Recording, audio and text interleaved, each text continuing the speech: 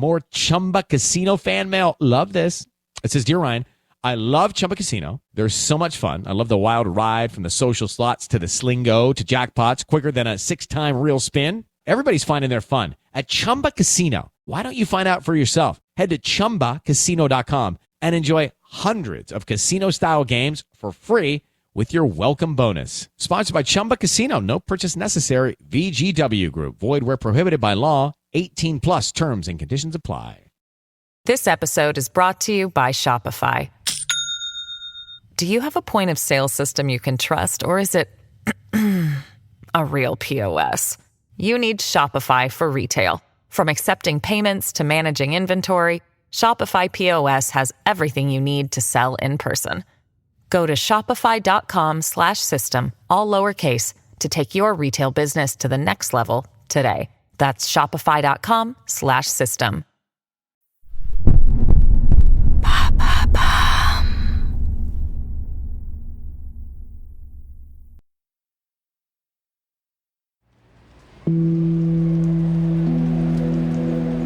Elle gît sur le sol, dans une mare de sang. Une grand-mère, on ne peut plus banale. Une abuela, potelée, aux cheveux gris. Elle tient encore le sachet de viande fraîche qu'elle venait d'acheter, et ses ongles sont parfaitement peints, d'un rouge vif. Elle a reçu 2 balles, dont une en pleine tête. Elle s'est écroulée sur le trottoir, là où tout a commencé, là où tout s'arrête pour elle. Le tireur l'a visée, précis, rapide, en plein après-midi. La vieille dame était prête à mourir. Elle s'est cachée trop longtemps. Elle a trop de sang sur les mains. Elle a commandité plus de 250 meurtres. Son corps s'étale sur le trottoir. C'est une reine déchue. Pour la madrina, marraine de la cocaïne, c'est fini. Griselda Blanco lâche son dernier souffle.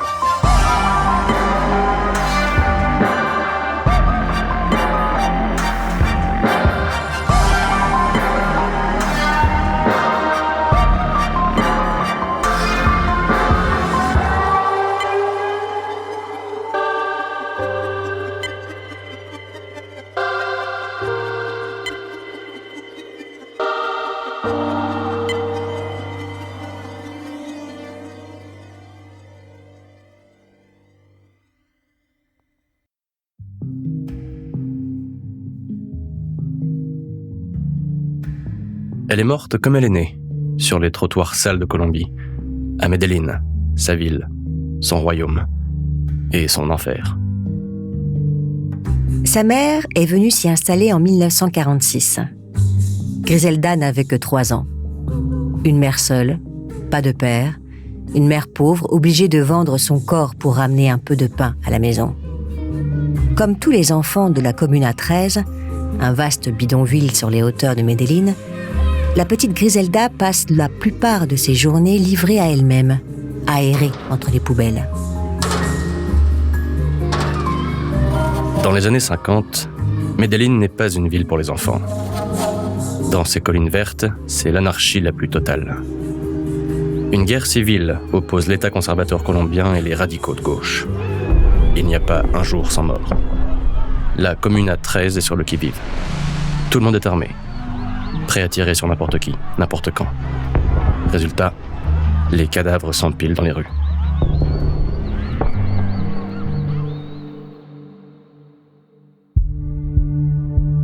La petite Griselda n'a pas peur de la mort. Elle vit avec. L'odeur de la vieille charogne mélangée à celle des poubelles ne la dérange plus. Elle ne va pas à l'école, elle ne sait ni lire ni écrire, elle se forme dans la rue. C'est une petite fille brune et fine, un joli minois et un cœur de pierre. Elle a de nombreux amis, une bande de copains qu'elle mène au doigt et à l'œil. Personne n'ose lui tenir tête. Griselda est une dure, une effrontée, qui ne se prive pas de faire les poches des cadavres avant de les enterrer. Et quand le macabé est sans le sou, Griselda et sa petite armée descendent de leur colline faire les poches des Richards de la plaine de Medellín. La petite fille rapporte ce qu'elle peut. À la maison, sa mère, fatiguée de faire la prostituée, noie son chagrin et sa haine des hommes dans l'eau de vie. Plus elle s'enivre, plus elle frappe Griselda. La petite ne compte plus le nombre de coups qu'elle a reçus. Les journées sont toutes les mêmes. La rue, la faim, le vol, les coups. Griselda rêve d'autre chose. Elle veut dominer le monde et ne jamais plus manquer de rien. La légende de Griselda commence à ses 11 ans, le jour de son premier kidnapping. Faire les poches ne rapporte pas assez. Griselda et sa bande passent au niveau supérieur. Ils enlèvent un enfant de 10 ans, dans la plaine de Medellín. Ils l'ont choisi lui parce qu'il est bien habillé. Donc ses parents doivent forcément être assez riches pour payer une rançon convenable. Griselda la fixe à 5000 pesos, une petite fortune. La petite troupe enferme le gamin dans une de leurs planques de la commune 13. Ils font parvenir une lettre aux parents, puis patientent. Un jour, 2 jours, pas de réponse. La bande est embêtée, le plan n'a pas fonctionné. Ils n'ont pas reçu l'argent attendu et ont un gamin sur les épaules. Tant pis, ils ne vont quand même pas le relâcher. Les armes pleuvent à Medellín. La petite Griselda, 11 ans, saisit un flingue, le pointe sur le petit otage, tire entre les 2 yeux. Elle vient d'abattre froidement un gamin à peine plus grand qu'elle. Son premier meurtre. Sa mère, Ana Lucia, boit de plus en plus. La petite cabane qu'elle se partage devient invivable. Griselda ne sait plus quoi faire pour éviter les coups. Alors, à ses 14 ans, elle décide de fuir. Fuir sa mère, fuir la Comuna 13, fuir la misère. Peu importe la destination. Rien n'est pire que les collines de Medellín. Elle part avec le strict minimum, les habits qu'elle porte, et marche longtemps avant d'arriver en ville. Son physique de jeune femme tout juste formée ne passe pas inaperçu. Les hommes la reluquent comme un morceau de viande. Au loin, sur le trottoir, une femme aussi l'observe, une mère maquerelle. Ce sont les premiers pas de Griselda dans la prostitution. La première fois aussi qu'elle découvre le luxe, sommaire. Une chambre d'hôtel, des draps propres, un lit confortable et, summum pour la jeune fille, de vraies toilettes individuelles. Qu'importe qu'il faille se vendre pour y avoir accès, Griselda ne souhaite qu'une chose, vivre confortablement.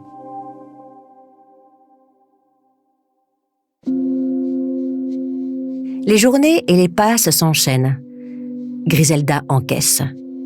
Homme, femme, elle accepte tout, tant que ça lui rapporte. C'est une pute, oui, mais elle n'a plus faim. Et surtout, elle est libre et indépendante. Un jour, en boîte de nuit, Griselda rencontre un jeune homme, Carlos Trujillo, un homme 100% colombien. Il a la dégaine d'un businessman, un beau costume, une belle voiture, un sourire carnassier et une grosse montre. Il n'en faut pas plus à Griselda pour tomber sous le charme. Ce Carlos qui la regarde fixement a l'air tellement important. Avec lui, c'est sûr, elle ne manquera de rien.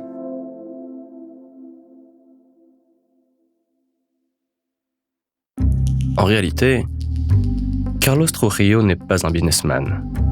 C'est un petit trafiquant. Une petite frappe qui vend des faux passeports aux Colombiens qui veulent immigrer aux États-Unis. Un passeur. Mais aussi un dealer. Il achète de la marijuana aux agriculteurs colombiens et la revend une petite fortune aux touristes américains. Un trafic de petite envergure. Rien de très impressionnant dans les années 60. Griselda et Carlos se marient quelques mois après leur rencontre. Le couple file le parfait amour. Griselda, à la vingtaine, a arrêté de faire le trottoir pour rejoindre la mini-entreprise de son mari. Elle fabrique avec lui de faux passeports et se lance dans le trafic de la marijuana. Pourtant, Carlos ne veut pas qu'elle se mêle de ses affaires. Il veut en faire une femme au foyer, bien sage, bien docile. Tout le contraire de Griselda. En mars 1962, elle donne naissance à son premier enfant, Dixon, un prénom américain choisi par Carlos. Un autre petit garçon arrive 3 ans plus tard, Hubert. Mais Griselda n'a aucune envie de jouer les nounous. Elle veut être sur le terrain, gérer le business. Et puis, elle trouve Carlos bien trop mou. Il pourrait se faire tellement plus de fric s'il avait des coronesses. Un 3e garçon naît dans la foulée. Griselda l'appelle Osvaldo. Griselda, 22 ans, mariée, 3 enfants. Ce n'est pas du tout la vie dont elle rêvait. Elle veut s'en mettre plein les poches.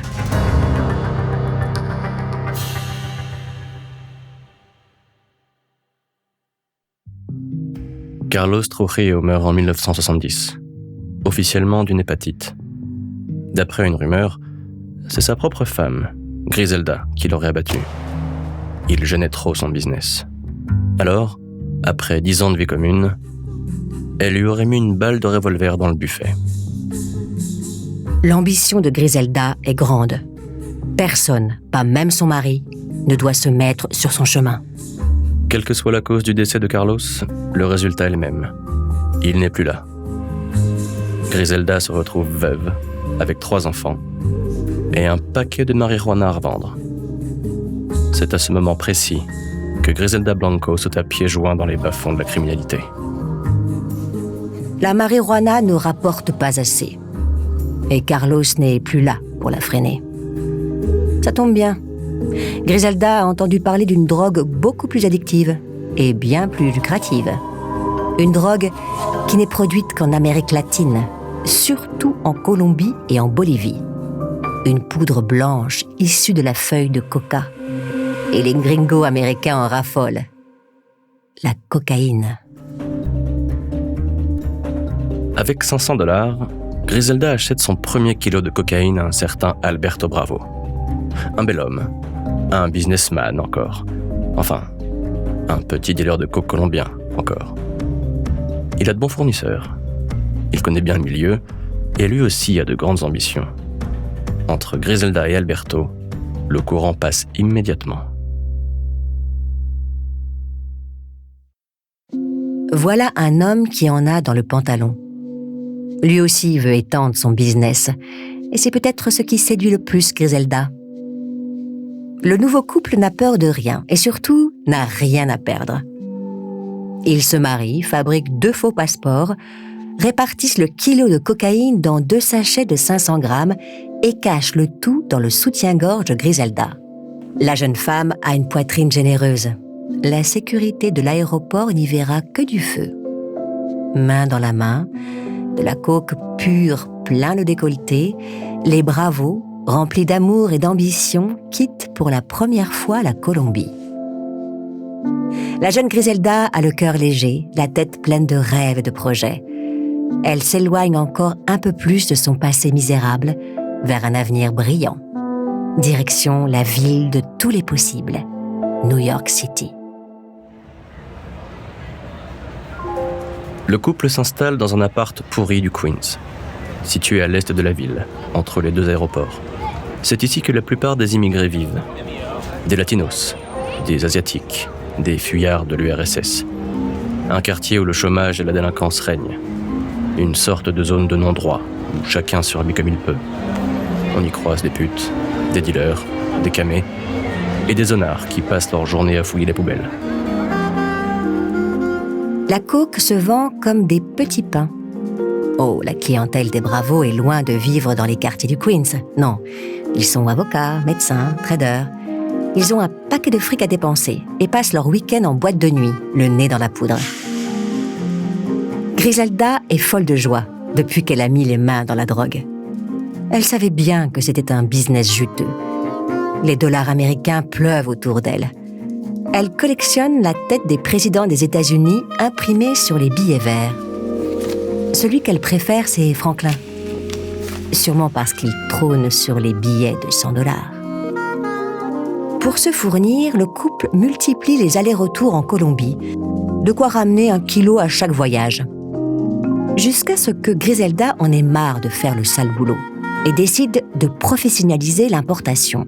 Après tout, c'est elle la bosse.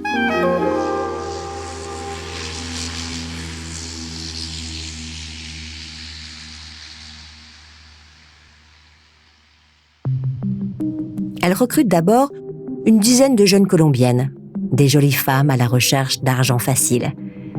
Griselda est passée par cette misère. Elle sait bien que ses filles sont prêtes à tout. Et puis, elle a constaté elle-même que dans les aéroports, les femmes éveillent moins de soupçons. Quand elle voyage avec Alberto, c'est lui que les agents de douane regardent. Jamais elle. Plus Griselda passe de drogue aux États-Unis, plus elle gagne en confiance et en autorité. Et plus elle a de pouvoir, plus elle se complaît dans son activité de trafiquante. Ensuite, les Bravos ouvrent une entreprise de sous-vêtements à Medellín. Griselda a une idée brillante, une idée géniale dont elle n'est pas peu fière. Fabriquer des soutiens-gorge sur mesure auxquels ils ajoutent un compartiment secret pour stocker la cocaïne. Ni vue, ni connue. Elle a fait l'expérience elle-même lors de son premier voyage. Les agents des douanes n'avaient même pas osé regarder son décolleté, alors le fouiller. Griselda est confiante. Les jeunes femmes, les mules, multiplient les voyages en avion avec les soutiens-gorge des Bravos bourrés de poudre, sans jamais se faire repérer. En quelques mois, ils importent plusieurs centaines de kilos de coke colombienne aux États-Unis. Griselda jubile. En quelques mois, le couple est millionnaire. Et ce n'est que le début. Avant de continuer cet épisode, nous voulions vous remercier pour votre écoute. Si vous voulez continuer de nous soutenir, abonnez-vous à la chaîne Bababam Plus sur Apple Podcasts. Cela vous permettra une écoute en avant-première et sans interruption. Ou bien écoutez ce message de notre partenaire, sans qui ce podcast ne pourrait exister. Ne partez pas. On se retrouve tout de suite. This episode is brought to you by Etsy. Oh. Hear that? Okay. Thank you. Etsy knows these aren't the sounds of holiday gifting. Well, not the ones you're hoping for. You want squeals of delight. Happy tears. How did you? And spontaneously written songs of joy. I am so happy. Oh yeah, oh yeah, oh yeah. Okay, the song needs a bit of work, but anyway, to get those reactions, make sure everyone on your list feels heard with handmade, hand-picked, and designed gifts from small shops on Etsy. Gifts like personalized jewelry, custom artwork, cozy style items, vintage pieces, and home decor to celebrate all of your favorite people and their specific kind of special. For original gifts that say, I get you, Etsy has it. ¿Hablas español? Sprichst du Deutsch?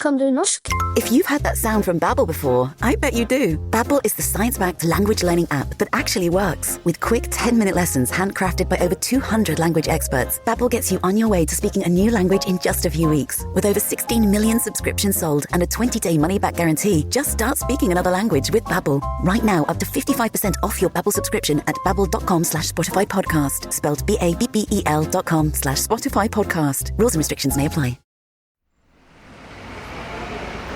Griselda Blanco est la reine du Queens. Elle est plus heureuse que jamais. Avec son mari Alberto, ils règnent sur un petit royaume. 2 ans après leur arrivée à New York, ils contrôlent désormais la majorité du trafic de coke de la ville. Les dealers indépendants, les mafieux italiens, tout le monde se fournit chez le couple colombien. Les mules et leurs soutiens-gorge ont permis d'importer beaucoup de poudre blanche. Mais la demande est énorme. Il faut importer plus vite. Dans les années 70, la chasse à la drogue n'est pas une priorité. En pleine guerre du Vietnam, l'esprit des Américains est occupé ailleurs. Ils ne voient pas qu'un petit couple d'immigrés colombiens a fait main basse sur le Queens. Ils ne voient pas que ces deux-là importent sur le sol américain jusqu'à 1500 kilos de coke par mois. Par mule, par bateau, par avion. Ils ne s'entourent que des meilleurs, seulement de Colombiens. 80% de la coke qui circule aux États-Unis vient de chez eux. Pour répondre à la demande, ils ont créé de véritables usines de cocaïne dans les campagnes colombiennes. Ils produisent en continu à un rythme effréné. Griselda veut inonder les États-Unis de sa poudre blanche. Elle et son mari ont le monopole sur le marché de la coke. Et elle est bien décidée à le garder. La reine du Queens ne souhaite que 2 choses. Être traitée comme une souveraine et amasser le plus de bifetons possible. Sa soif d'argent est intarissable. Plus elle en a, plus elle en veut. Personne ne peut l'arrêter. Les petits flics, les gradés, les politiques, le couple Bravo arrose de billets tout ce petit monde pour commercer sans problème. Corrompu jusqu'à la moelle.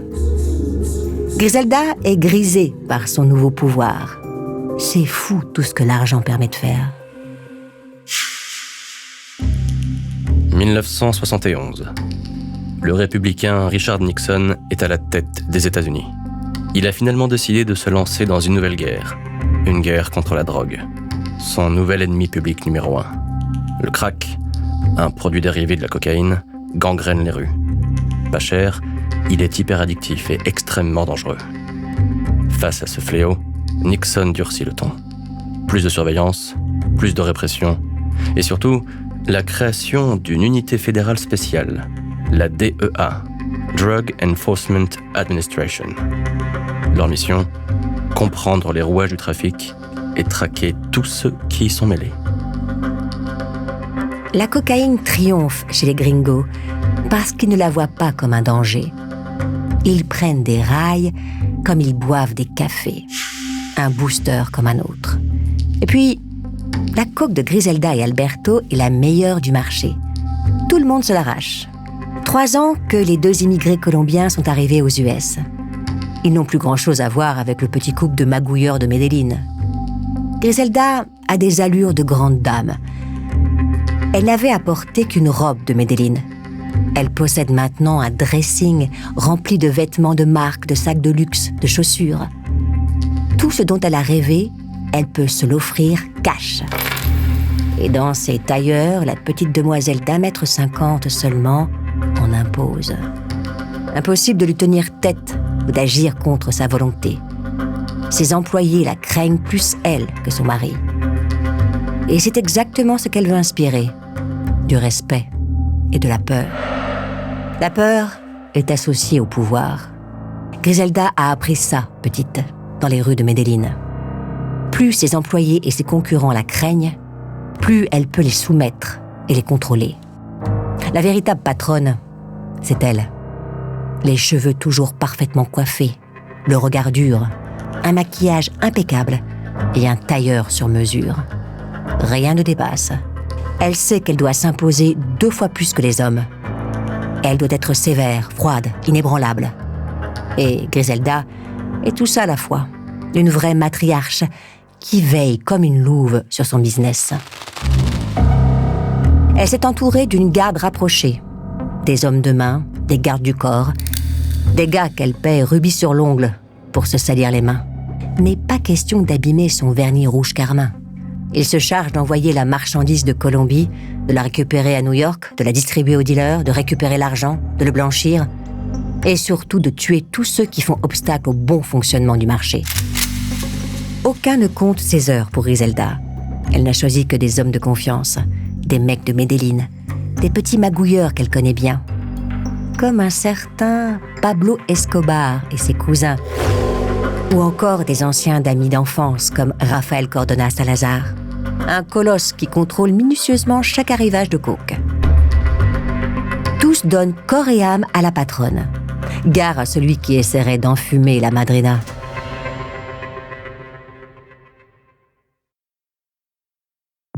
« 1973. L'agent spécial de la DEA, Robert Palombo, entend pour la première fois le nom de Griselda Blanco. Elle et son mari seraient à la tête d'un vaste réseau. Seraient, parce que la DEA n'a rien contre eux. Aucune preuve, aucune piste. Ils ne savent même pas à quoi ressemblent les 2 Colombiens.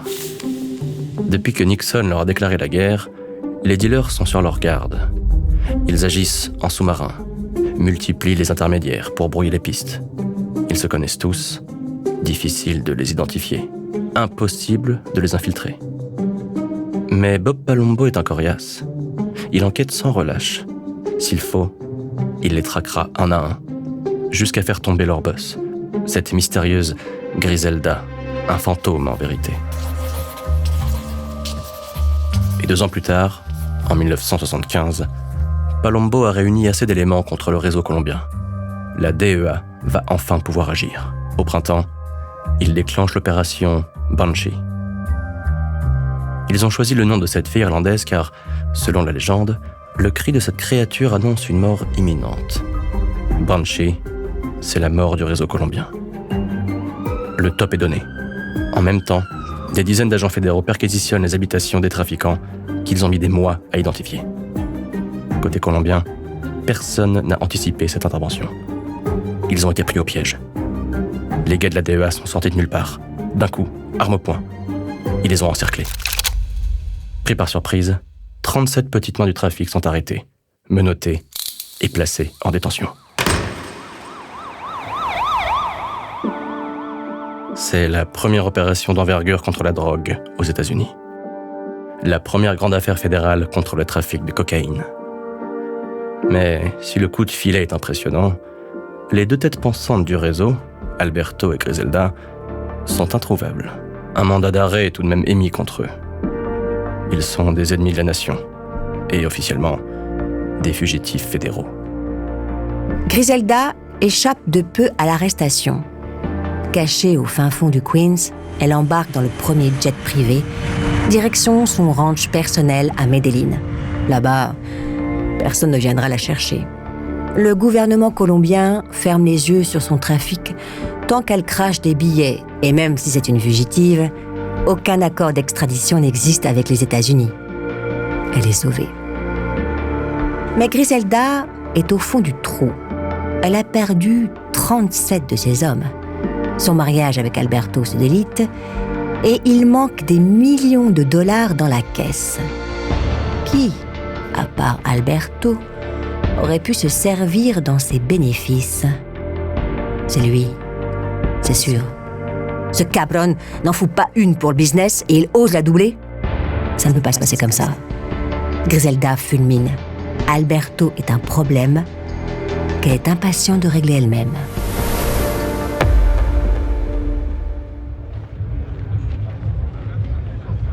Un soir de printemps en Colombie, Griselda monte dans sa limousine noire, accompagnée de ses gardes du corps.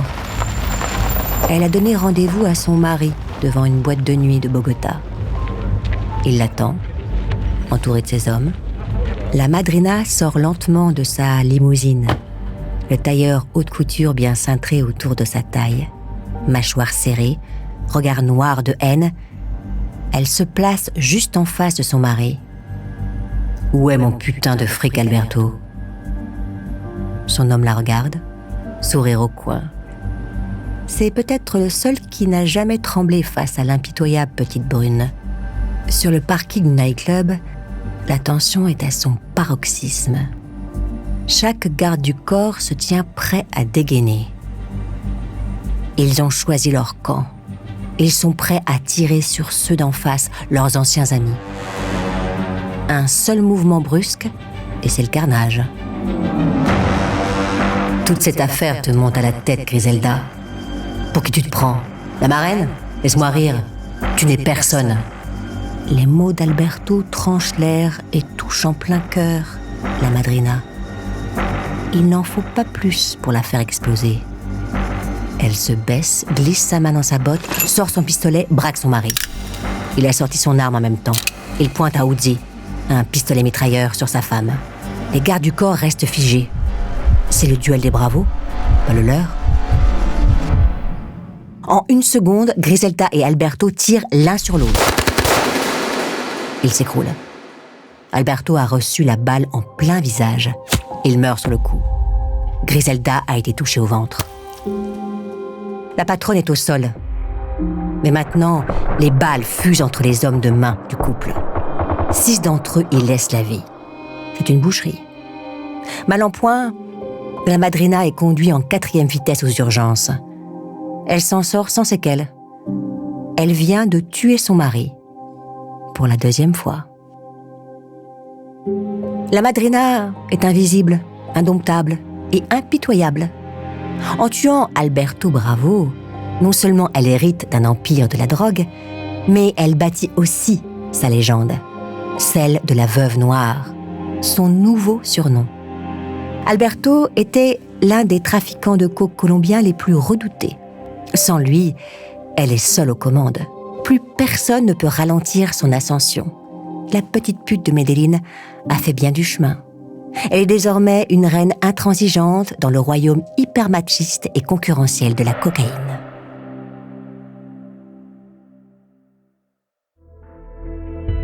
Côté enquête, depuis l'opération Banshee, les 37 personnes interpellées ont été interrogées. Et aucun d'eux n'a voulu la balancer, sans doute par peur des représailles. La Veuve Noire n'a pas de cœur. Les traîtres payent le prix fort. Elle les retrouve toujours, les torture avant de les tuer et d'exterminer toute leur famille. Seuls 12 dossiers sur les 37 sont assez solides pour passer en justice. Les autres sont relâchés.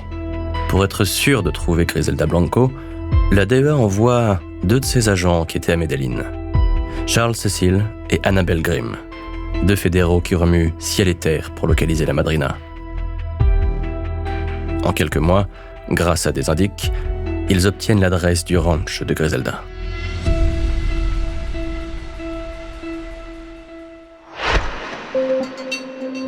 Elle est traquée, elle le sait.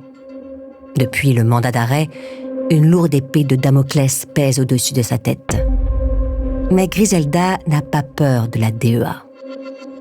En 1976, depuis son ranch colombien, elle organise l'un de ses plus gros coups. Pendant que les États-Unis célèbrent le bicentenaire du pays, ces hommes, dont son fidèle Rafa, déchargent des dizaines de kilos de cocaïne sur les berges de New York. Un coup de maître. Un plan extrêmement simple. Un défilé de vieux navires est prévu pour la célébration. La Colombie participe à la fête en faisant défiler un 3-mâts magnifique, un navire mythique, le Gloria. La trafiquante saisit l'opportunité. Elle soudoie l'équipage et charge sa marchandise dans les cales. Griselda, affaiblie depuis l'opération Banshee, ne lâche rien. Le business suit son cours et s'intensifie. La reine du Queens, Escobar et le clan des Ochoa, une puissante famille colombienne, la crème de la crème des narcotrafiquants, décident de s'allier, de créer leur propre mafia, le cartel de Medellín. Ensemble, ils sont plus forts, quasiment intouchables. Forte de cette alliance, la madrina n'a plus aucune limite. Ils savent où elle habite. Mais l'approcher est impossible, voire carrément suicidaire. Medellín est une petite ville où tout le monde craint Griselda Blanco. Les agents Cecil et Grimm ont beau concentrer tous leurs efforts, la marraine est invisible. Ils n'en peuvent plus, ils sont épuisés. Cette traque est un puits sans fond. 2 ans passent et ils n'ont rien.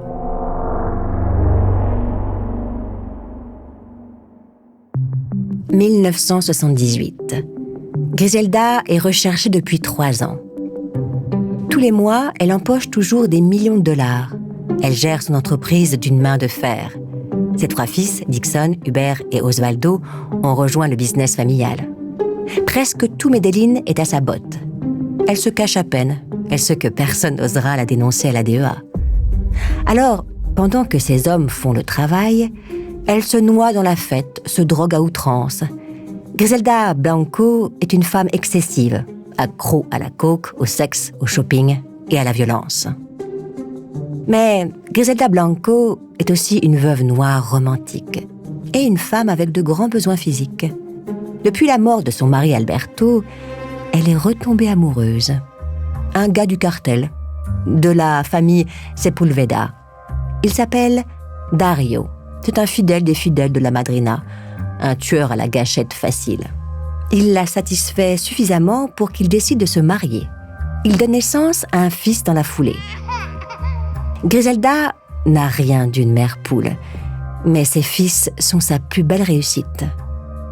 Fan absolue du film Le Parrain de Francis Coppola, Griselda baptise le petit dernier Michael Corleone. Ensemble, la nouvelle petite famille décide qu'il est temps de conquérir un nouveau territoire. Griselda est là de la Colombie. Qu'importe si elle est recherchée, il s'envole pour les États-Unis. Pas à New York cette fois, cette ville porte la poisse. Direction le soleil de la Floride. Direction Miami. Avant de continuer cet épisode, nous voulions vous remercier pour votre écoute. Si vous voulez continuer de nous soutenir, abonnez-vous à la chaîne Bababam Plus sur Apple Podcasts. Cela vous permettra une écoute en avant-première et sans interruption. Ou bien écoutez ce message de notre partenaire, sans qui ce podcast ne pourrait exister. Ne partez pas. On se retrouve tout de suite. This episode is brought to you by Peacock and the new original docuseries, Making Manson. In 1969, Charles Manson and his followers committed 7 brutal murders in Los Angeles that would make him infamous. Now, with access to over 100 hours of phone recordings between an incarcerated Manson and his closest confidant, a new story will unfold with shocking revelations from the man himself. Making Manson is streaming now only on Peacock. Griselda, son mari Dario et leur fils Michael Corleone s'installent sur la côte de Floride en 1978. La petite famille a passé sans encombre la sécurité de l'aéroport. Abîmé par la drogue, le visage de la marraine est méconnaissable. Et bien sûr, ils voyagent sous de faux noms, avec de faux papiers.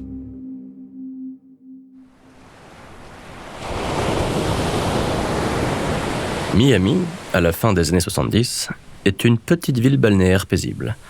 Un paradis ensoleillé pour vacanciers et riches retraités, facilement accessible en avion et en bateau. Plage, mer, piscine, hôtel, magasins, c'est le rêve. Griselda a déplacé sa famille et son business. Elle pèse déjà 500 millions de dollars. Mais sûre d'elle, elle décide de se lancer dans un trafic à grande échelle, comme personne ne l'a fait auparavant. Les petites frappes du deal de Miami ne peuvent pas faire le poids de toute façon. Quand Griselda arrive quelque part, tout le monde s'écarte. Ceux qui ne se soumettent pas, elle les tue. C'est comme ça que la madrina gère la concurrence. En quelques mois, elle règne sur Miami. Sa fortune triple et dépasse le $1 milliard en cash. 1500 hommes travaillent sous ses ordres. Elle possède un penthouse, une villa à Miami Beach, plusieurs voitures de luxe, des cabriolets, des Rolls. Elle raffole aussi des diamants et des bijoux hors de prix. Elle a par exemple acheté une bague appartenant à Eva Perón, ex-première dame de l'Argentine. Oui, Griselda Blanco aime le luxe et les hommes sanguinaires. Et justement, pour asseoir encore plus son autorité à Miami, elle vient de recruter un nouveau tueur à gages, Jorge Ayala, que tout le monde surnomme Rivi, un Colombien américain. Il n'a peur de rien et exécute froidement quiconque se met en travers de la route de sa patronne. Griselda Blanco est une femme dangereuse, en affaires comme en amour. Pensant que son mari Dario la trompe, elle fait tuer les 8 stripteaseuses qu'elle soupçonne. À Miami, la reine du Queens devient un ange de la mort.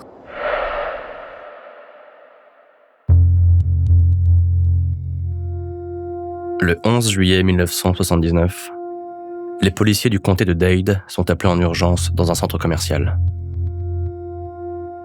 Ils n'ont jamais vu ça. En plein après-midi, dans un lieu bondé de civils, 2 hommes ont été abattus à la mitrailleuse, 4 passants ont été blessés, 88 cartouches ont été tirées. Sur place, les rescapés sont ahuris. Tout s'est passé tellement vite. En quelques minutes seulement, le parking du centre commercial est devenu un no man's land. Les vitrines du magasin, les vitres des voitures garées devant, tout ont explosé. Des morceaux de verre jonchent le sol, mélangés à la mare de sang autour des 2 cadavres. Pour la plupart des civils, c'est la première fois qu'ils voient des corps criblés de balles.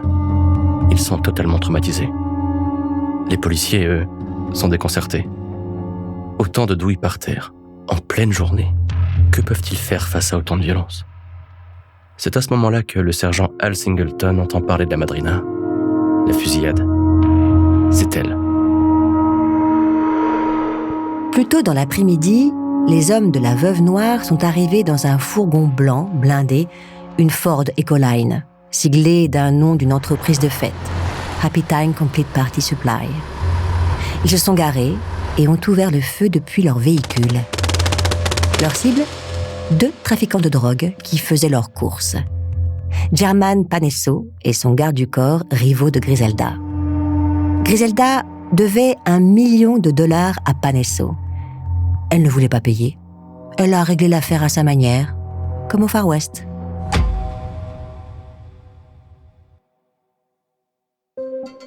Au vu de cette scène surréaliste, les enquêteurs renomment ces pistoleros, ces tueurs sans foi ni loi, les Cocaine Cowboys.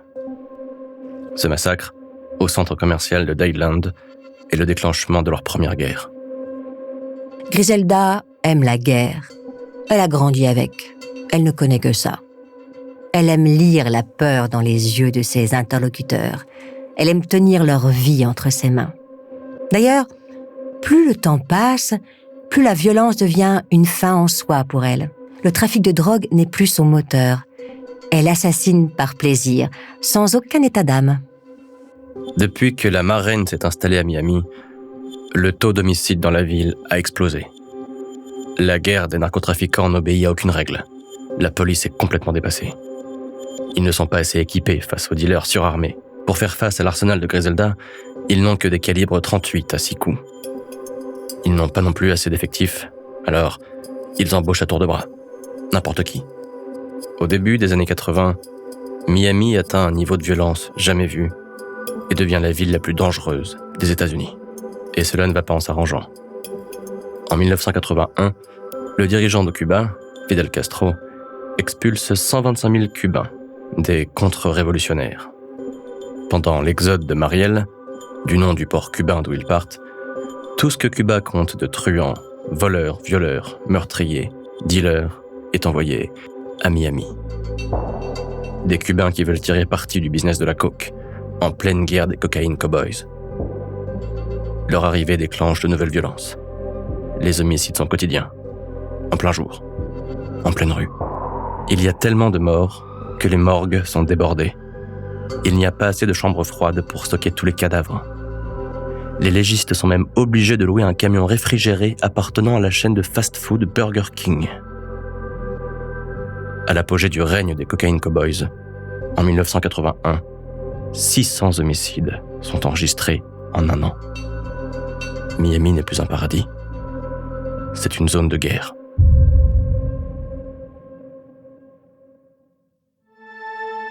Griselda tue pour une dette, pour un problème de livraison, ou bien juste pour un regard de travers. Elle a d'ailleurs inventé une façon simple et rapide d'abattre ses cibles. Ses hommes, un tireur et un conducteur, grimpent sur des motos, filent à toute vitesse sur les routes, s'approchent de la voiture de la cible, la rafalent à coups de mitraillette et s'enfuient en quelques secondes. La victime n'a ni le temps de les voir, ni de réagir pour éviter les balles. Mais Griselda aime aussi les mises en scène. Une fois, elle demande à son fidèle Rivi d'abattre l'un de ses ennemis en plein aéroport. Elle lui fournit l'arme, une baïonnette datant de la Première Guerre mondiale. Pour chaque contrat, autant dire chaque exécution, Rivi touche jusqu'à $50 000. En février 1982, Jorge Ayala, Rivi, a un nouveau contrat. Il doit abattre Chucho Castro, un ancien homme de main et ami de Griselda. Il aurait manqué de respect à son fils Osvaldo. Son M16 en main, Jorge monte dans une voiture, suit le véhicule de Chucho. Arrivé à sa hauteur, il mitraille.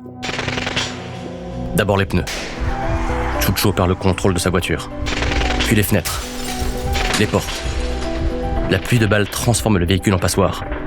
Mais Chucho parvient à semer Rivi. Et il n'est pas touché. Par contre, son fils de 2 ans, Johnny, installé sur la banquette arrière, est mort sur le coup. Chucho, complètement effondré, rentre chez lui. Choqué, il nettoie le corps de son fils et le dépose devant une mosquée, enveloppé dans une serviette. sur laquelle il dépose 3 roses. La police découvre l'enfant quelques heures plus tard.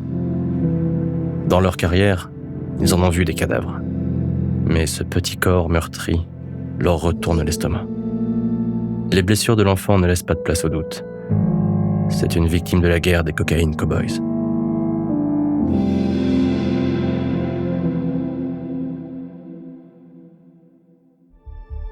1982. La madrina demande à Rivi de tuer un jeune couple de dealers, Alfredo et Grisel Lorenzo. Leur tort, ils n'ont pas payé une cargaison de coke. Le 26 mai, Rivi entre armé dans leur maison de Miami. Il abat d'abord Alfredo, puis Grisel de 10 balles. Ensuite, il fait un tour du domicile. Dans la chambre, 3 jeunes enfants, dont un bébé, regardent des dessins animés.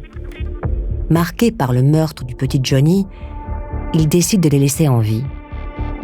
À cause de Griselda Blanco, de la coke, de l'argent facile, les 3 enfants du couple Lorenzo sont désormais orphelins.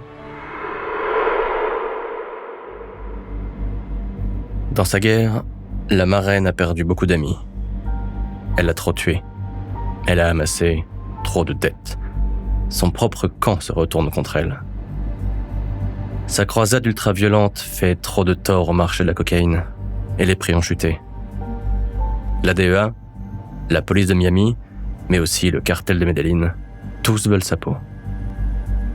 Pour maximiser ses chances de l'attraper, les fédéraux envoient à Miami celui qui connaît le mieux Griselda Blanco, Bob Palumbo. Depuis l'opération Banshee à New York, il ne pense qu'à ça, attraper la reine de la cocaïne. Elle lui a échappé 7 ans plus tôt. Elle ne lui échappera pas une deuxième fois. Bob ne vit que pour ça. Il en est malade.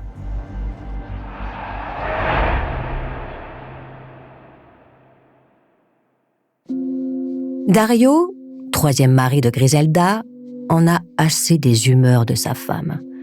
Leur mariage est un naufrage. Ils décident, non sans heurts, de se séparer.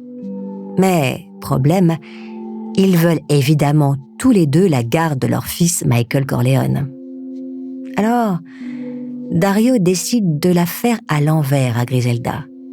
Prétextant une virée shopping entre père et fils, il se rend à l'aéroport avec Michael Corleone et décolle pour la Colombie. Griselda est hors d'elle. Son fils, la chair de sa chair, son petit qu'elle chérit tant, a été kidnappé. C'est une déclaration de guerre. Elle appelle immédiatement Rivi. Le tueur à gages, là des crimes, est retourné chez lui, à Chicago. Ce sera sans lui, cette fois-ci. Tant pis.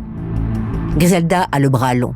Depuis Miami, elle engage 3 Colombiens à qui elle demande de se grimer en policier. Père et fils sont envirés à Medellín quand ils se font arrêter. En quelques secondes, Dario est abattu devant Michael Corleone, qui n'a que 5 ans. C'est le 3e mari que la veuve noire tue. Aucun état d'âme pour Griselda. Elle a récupéré son fils. Mais de Medellín à Miami, tout le monde tourne le dos à la madrina. Même ses plus vieux amis, Rafa, Pablo Escobar et son garde du corps, Jaime Bravo. Sa tête est mise à prix par le cartel. 4 millions de dollars. De nouveau traquée, la reine de la cocaïne s'enfuit une nouvelle fois. « 1984. Le calme est revenu à Miami. Au même moment où la madrina a quitté les lieux, les crimes ont cessé. Bob Palumbo ne lâche pas l'affaire pour autant. Il s'est juré d'arrêter lui-même Griselda Blanco.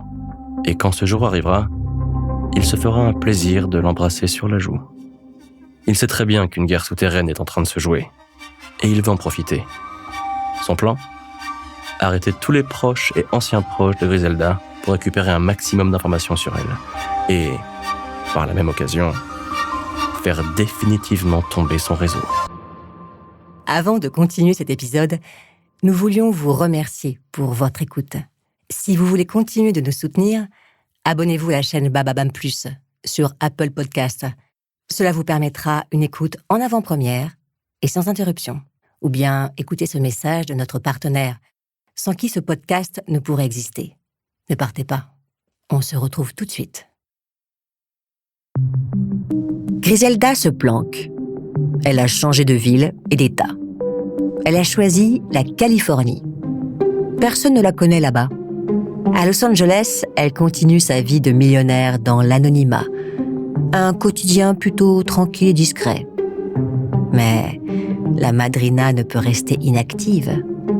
Elle a quand même gardé quelques contacts en Colombie et continue, à moindre échelle, d'arroser les États-Unis en cocaïne. Janvier 1985. La DEA vient de mettre la main sur un très gros poisson. Le seul Américain appartenant au cartel de Medellín, très bien placé dans la hiérarchie. Max Mermelstein. Ils l'ont arrêté à Davie, en Floride. Il roulait tranquillement dans sa Jaguar.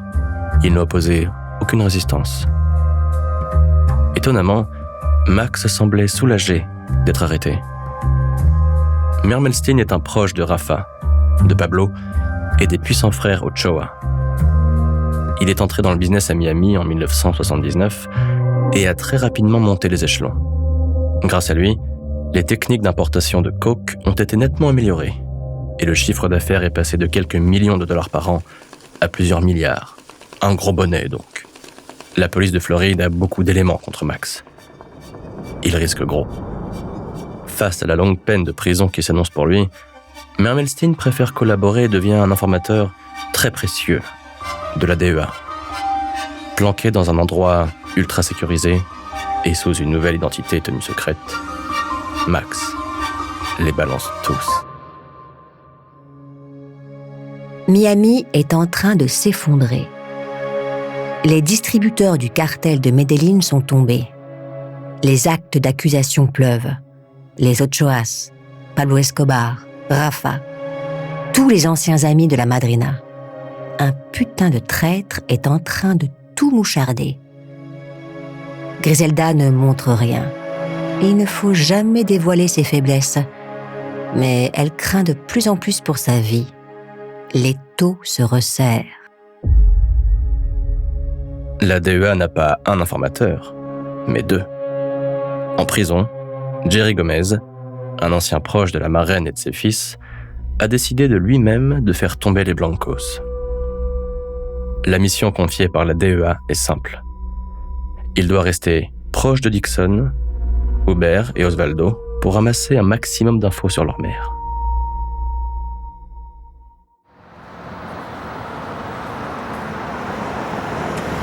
Un jour de mai 84, Jerry obtient enfin un rendez-vous avec la madrina en personne, dans un hôtel au sud de Los Angeles.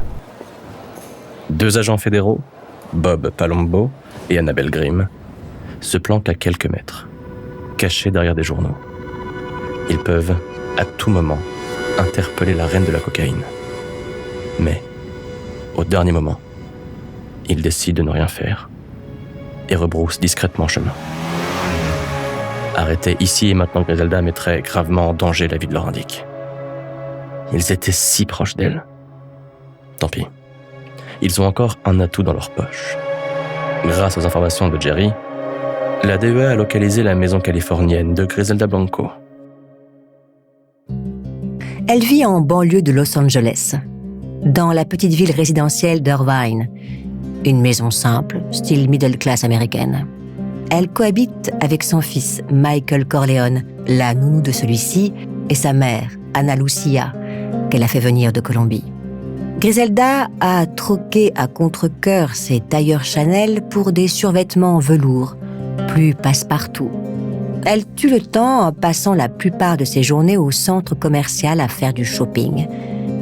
D'extérieur, elle ressemble à toutes les quarantenaires latinos de Californie. C'est une dame potelée qui aime dépenser son argent sans excès. Elle ne peut plus se le permettre. Depuis la guerre des cocaine cowboys, ses revenus ont été divisés par 8. Elle ne parle pas à ses voisins. En fait, Griselda n'adresse la parole à personne. Seuls ses plus grands-fils savent où elle vit. Ils lui rendent parfois visite, mais elle les renvoie illico. C'est une fugitive. Elle est sur ses gardes, attentive à tout ce qui l'entoure. La moindre erreur pourrait la faire remarquer. Bob Palumbo et deux de ses collègues, les agents Cobell et Briggs, la surveillent de près. Ils veulent être sûrs de leur coup. Ils n'ont pas le droit à l'erreur. Bob la traque depuis 10 ans. Il connaît l'animal. Il sait de quoi elle est capable. Il ne veut pas risquer sa vie et celle de ses hommes. Le 17 février 1985, les 3 agents de la DEA sont en planque devant la maison de Griselda. Michael Corleone et sa babysitter sortent. Une ombre féminine leur dit au revoir du pas de la porte. C'est le moment. Bob Palumbo s'avance. Toc. Ces 2 agents armés se placent de chaque côté de la porte. Une vieille dame ouvre. C'est Anna Lucia. Elle ne parle pas un mot d'anglais. L'agent fédéral entre, arme au poing. Il monte à l'étage. Griselda est assise dans sa chambre, en train de lire la Bible. Elle n'a aucun mouvement de recul. Palumbo n'en revient pas. Il a en face de lui la reine de la cocaïne, celle qu'il cherche depuis une décennie. Il lui passe les menottes et, comme il se l'était promis, embrasse Griselda Blanco sur la joue.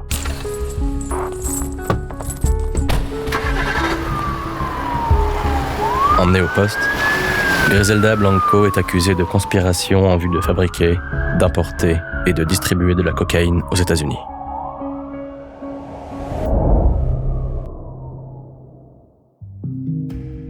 Elle a été arrêtée sans panache. Elle savait que ce jour arriverait. Elle aurait pu tous les tuer, mais elle s'est laissée faire. À quoi bon imposer un carnage à sa mère et au petit Michael Corleone ? Autant que ce soit avec les fédéraux. Ils sont bien moins brutaux que les gars du cartel. À peine arrêtée à Los Angeles, Griselda est extradée à New York. Enfermée à la prison de Rikers Island, elle enfile la tenue orange hideuse des prisonniers, s'installe dans sa cellule individuelle. Dieu soit loué, elle n'a pas à partager son espace. Une cellule pour détenus particulièrement surveillés. La reine de la cocaïne n'en mérite pas moins. Elle est à la tête d'un des plus gros réseaux de trafic de coke du pays. Griselda sait qu'elle est précieuse et elle souhaite bien en profiter. Ces connards d'agents fédéraux ont demandé si elle pouvait coopérer. Coopérer. Griselda n'est pas une balance. Elle ne dira rien. C'est aux flics de faire leur boulot d'enquête. Son procès est fixé au 17 juin 1985. Elle a choisi les meilleurs avocats. Enfin, les meilleurs, les plus chers. Jugée seulement pour trafic, à l'issue de 15 jours de procès, elle prend 15 ans, la peine la plus lourde pour ce genre de crime. Elle s'en sort plutôt bien. Mais à l'annonce du verdict, la madrina reste de marbre. Pas un sourire, pas un ouf de soulagement. Plutôt une tombe en Colombie qu'une cellule aux États-Unis. C'est ce que disent tous les narcos. Quelques jours après le verdict du procès de Griselda, ses 3 fils sont arrêtés à Los Angeles. C'en est fini pour les Blancos. La madrina a finalement été ramenée en Californie, dans la prison fédérale pour femmes de Dublin, pendant que son dernier fils, Michael Corleone, est placé dans des familles d'accueil. Griselda n'est pas une détenue comme les autres. Elle est riche et puissante. Avec son argent, elle s'octroie tous les droits. Elle refuse par exemple de porter l'uniforme réglementaire des prisonniers. Dans sa cellule, elle a du parfum, de la drogue, des liasses de billets, et ses repas sont nettement meilleurs que ceux des autres. À l'extérieur, c'est une petite célébrité. À la suite de son arrestation, son nom a tourné dans tous les médias nationaux. Depuis, la marraine reçoit des centaines de lettres de fans. Ses lettres favorites sont celles d'un jeune Californien de 23 ans, Charles Cosby. Au début, elle les lisait pour faire passer le temps et pour booster un peu son ego. Le jeune homme est fou de Griselda. Ses lettres sont enflammées. Il l'admire sans mesure. C'est un petit dealer de crack des rues de Fresno en Californie. Un gars qui n'a pas les moyens de son ambition. Au fil des lettres, Griselda se laisse happer par les mots de Charles, jusqu'à s'identifier à lui. Comme elle, il vient de la rue. Comme elle, il rêve de grandeur. Ces mots l'apaisent, la divertissent. Et il lui rappelle à quel point c'est une femme importante. Alors un jour, elle lui téléphone depuis sa prison. Ils parlent des heures, puis passent des journées entières au téléphone, jusqu'à ce que Griselda propose à Charles de se rencontrer. La madrina est en manque de contact physique et pimenterait bien ses journées avec un jeune homme de 20 ans de moins qu'elle. Au parloir, le coup de foudre est immédiat. Ce Charles est un gars bien, un mec sérieux, à qui elle peut faire confiance. La prison n'empêche pas Griselda de continuer son business. Elle a soudoyé tellement de gardiennes qu'elle peut continuer de gérer le peu d'équipe qui lui reste par téléphone. Mais il lui faut quelqu'un qui chapeaute le trafic à l'extérieur. Ce quelqu'un, ce sera Charles. Elle en fait son homme à tout faire, son amant, son gestionnaire, son banquier, et même un père de substitution pour Michael Corleone. Il a été propulsé à la tête du business de Griselda en quelques mois. Il gère tout de A à Z. Il rencontre les clients aux 4 coins du pays, vérifie la marchandise, récupère l'argent, le place dans divers paradis fiscaux et rapporte tout ce qui se passe à l'extérieur à Griselda.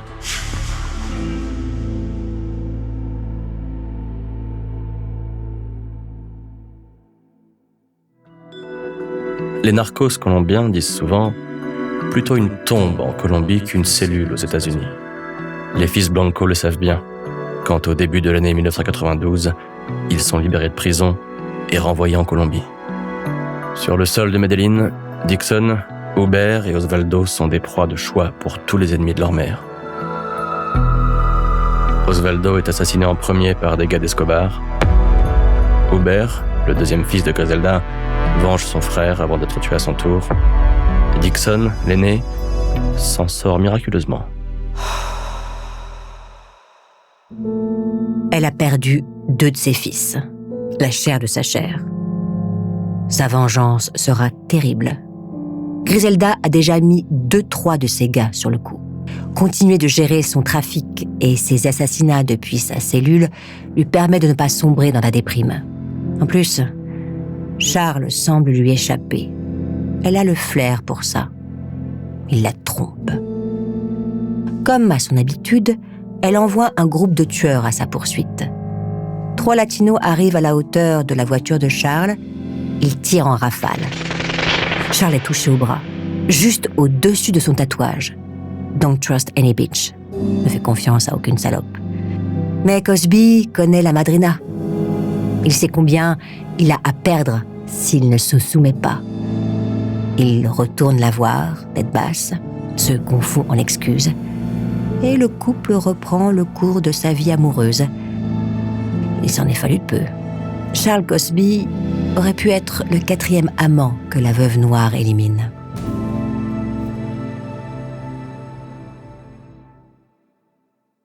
En novembre 1993, la DEA met enfin la main sur Jorge Ayala, Rivi, le tueur à gages de Griselda. Il est accusé de 3 meurtres à Miami, le petit Johnny Castro et le couple Lorenzo. Il risque la peine de mort. Rivi décide de coopérer pour alléger sa peine. Il reconnaît ses crimes et balance tout ce qu'il a sur Griselda Blanco. La DEA a enfin assez de preuves pour inculper la marraine à Miami. Enfermée depuis 1985, Griselda a quasiment fini sa peine. Elle pourrait sortir de prison dans moins de 5 ans et reprendre le cours de sa vie de narcotrafiquante. Elle n'attend que ça. Mais en septembre 1994, son avocat lui apporte une mauvaise nouvelle. Rivi a été arrêté. Il coopère avec la justice. Griselda est accusée d'avoir commandité les 3 meurtres à Miami. Elle risque la peine de mort. La madrina s'effondre sur sa chaise. S'ils ont Rivi, elle est cuite. Il en sait beaucoup trop sur elle. Rien ne pourra la sauver. Elle est extradée direction la prison de Miami-Dade. Elle n'y a pas remis les pieds depuis la dernière guerre des Cocaine Cowboys.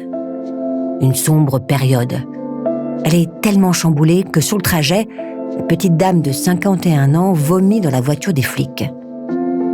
Une fois installée dans sa nouvelle cellule, Griselda se ressaisit. Elle ne peut pas rester enfermée. Il lui faut à tout prix retrouver sa liberté. Et la madrina a une idée, un plan brillant, tout droit sorti de son esprit tordu. Elle va faire kidnapper John, le fils de JFK, l'ancien président des États-Unis. En guise de rançon, elle demandera sa liberté. Elle confie la mission à son cher Charles et à sa cousine Cristina Ramirez. Un commando de 4 kidnappeurs colombiens est mis sur pied.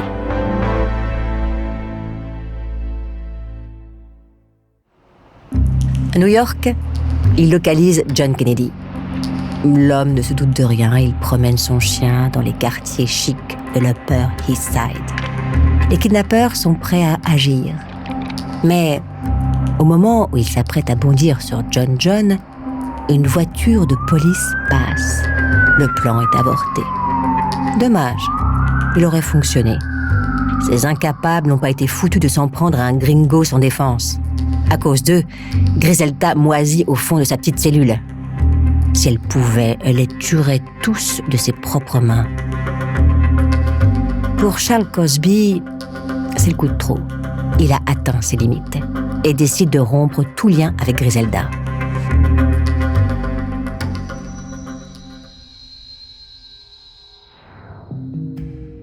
Septembre 1997. Charles est cité à comparaître. Dans le cadre du procès à venir, il doit témoigner contre Griselda. Il est prêt. Il va parler, puis il s'éloignera à jamais de cette vie de criminel. Mais face aux avocats impitoyables de la marraine, il panique. Pour enregistrer sa déclaration, il doit donner son nom et son numéro de sécurité sociale. Mais s'il le donne, les avocats de Griselda réussiront à remonter jusqu'à son adresse. Et Charles craint pour sa vie. Il le sait très bien. On ne quitte pas la madrina sans conséquence. Pour gagner du temps, il demande d'aller aux toilettes. Sur le chemin, il croise une très jolie femme, la secrétaire du procureur. La demoiselle lui glisse son numéro dans la main et le soir même, il se retrouve à l'hôtel. Quelques mois plus tard, le bureau du procureur apprend la nouvelle. Non seulement la secrétaire a couché avec Charles Cosby, mais pire, elle a eu des relations téléphoniques à caractère sexuel avec le témoin principal du dossier, Jorge Ayala, Rivi. Le conflit d'intérêts est énorme. Le témoignage de Rivi perd toute sa crédibilité. Le dossier ne tient plus. Le procureur du comté de Miami-Dade doit se rendre à l'évidence. Le procès ne peut pas avoir lieu. Il passe un accord avec Griselda. Si elle plaide coupable pour les 3 meurtres, elle ne sera condamnée qu'à 10 ans de prison. Par un surprenant rebondissement, la reine de la cocaïne vient d'échapper à la peine de mort. Les policiers de Miami et la DEA sont furieux.